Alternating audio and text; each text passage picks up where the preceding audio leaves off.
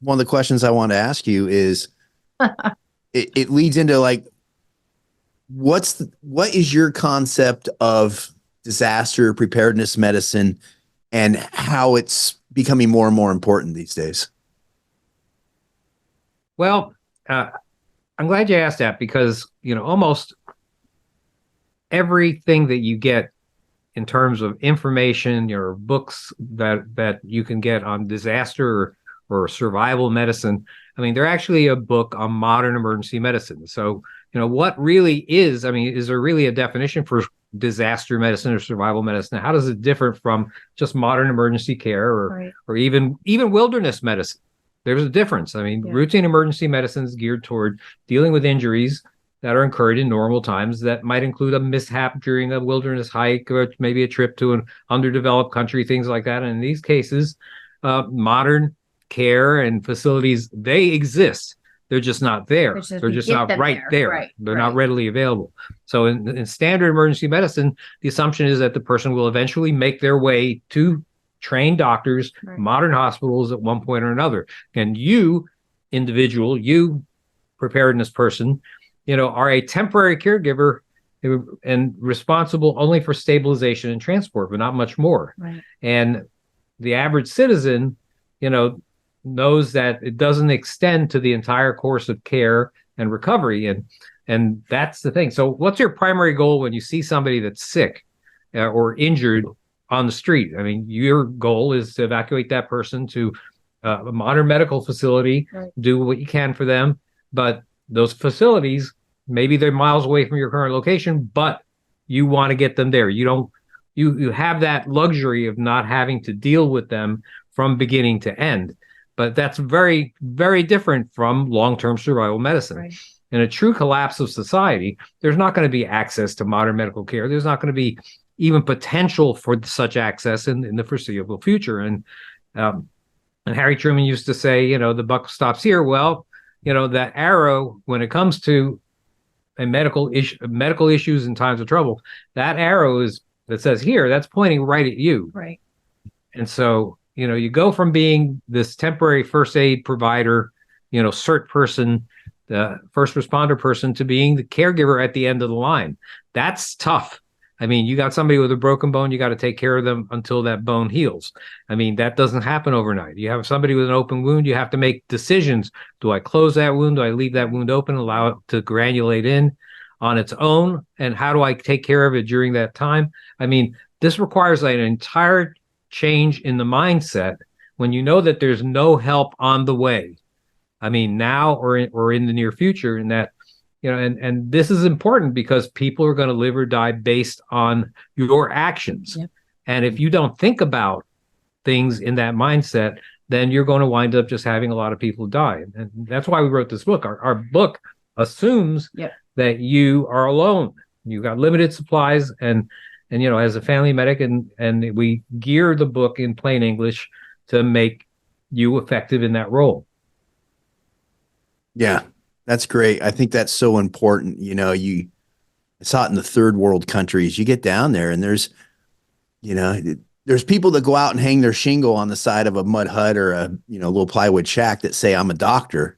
They're not a doctor. They've never been to medical. They're just saying they're a doctor and they're doing stuff. I think being your own first responder, being your own medical thing, that's so important.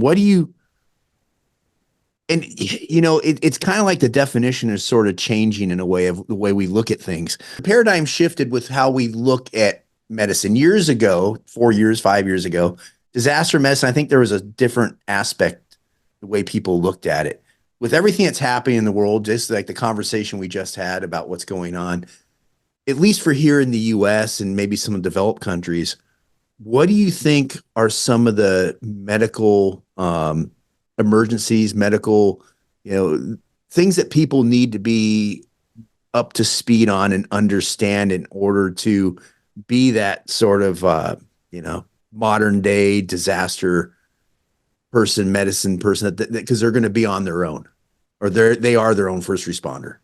Well, you have to be able to take care of very basic things. I mean, you have to be able to deal with dehydration due to, let's say, lack of drinking water. You need to know how to disinfect your drinking water because there's, a lot of infections that are diarrheal diseases that can cause you to wind up becoming dehydrated. Once you're dehydrated, well, I mean, most of the soldiers that died in the Civil War died because of dehydration due to dysentery and stuff like that, and not from bullets or shrapnel. Right. So you need to be able to deal with that. You also need to be able to observe and enforce the proper preparation of food. I mean, it's thought that even things like Ebola were passed to humans in Africa for failing to completely cook bushmeat.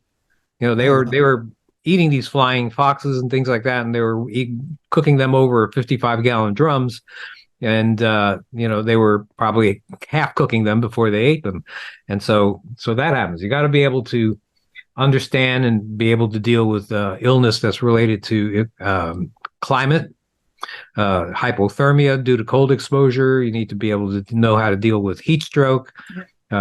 Because people are going to be driven from their homes in a lot of areas, and with the power grid failing, they're going to wind up, people that are used to being in air conditioning down here in South Florida, they're going to die from heat stroke. People that are used to heat up in Minnesota, they're going to be freezing to death. So things like that, you need to be able to deal with that, know how to recognize people who are having a heat exhaustion or heat stroke or under hypothermia, and how to deal with those issues. You need to be able to know. You need to know how to deal with orthopedic injuries. Orthopedic injuries that people are going to be exerting themselves. They're going to be doing things that are activities of daily survival they're not used to doing. So there's going to be sprains and strains and broken bones. Injuries due to lack of using hand protection, eye protection. You need to be able to deal with all these things. Then, of course, there are those minor infections that we have every day. I mean, everybody's gotten an infection. I got I got a cellulitis, a soft tissue infection from being stabbed by an aloe plant, right, with an aloe plant needle, an agave plant needle through the genes too. And it got infected. It got infected, right, through my genes. And indeed, that's, if I didn't have antibiotics, I mean, that could have spread and entered my bloodstream, and I could have easily have died from it. Yeah, it got and you need to be able to recognize these things and deal with them quickly to be able to survive. And of course, I'm not even talking about trauma from bleeding, hostile encounters, open wounds, bleeding and worse. Properly. So these are some of the things that are basic to the survival medics armamentarium. He's got to have the medical knowledge and the tools to deal with these things. They've got to be in the survival medicine cabinet. Yeah.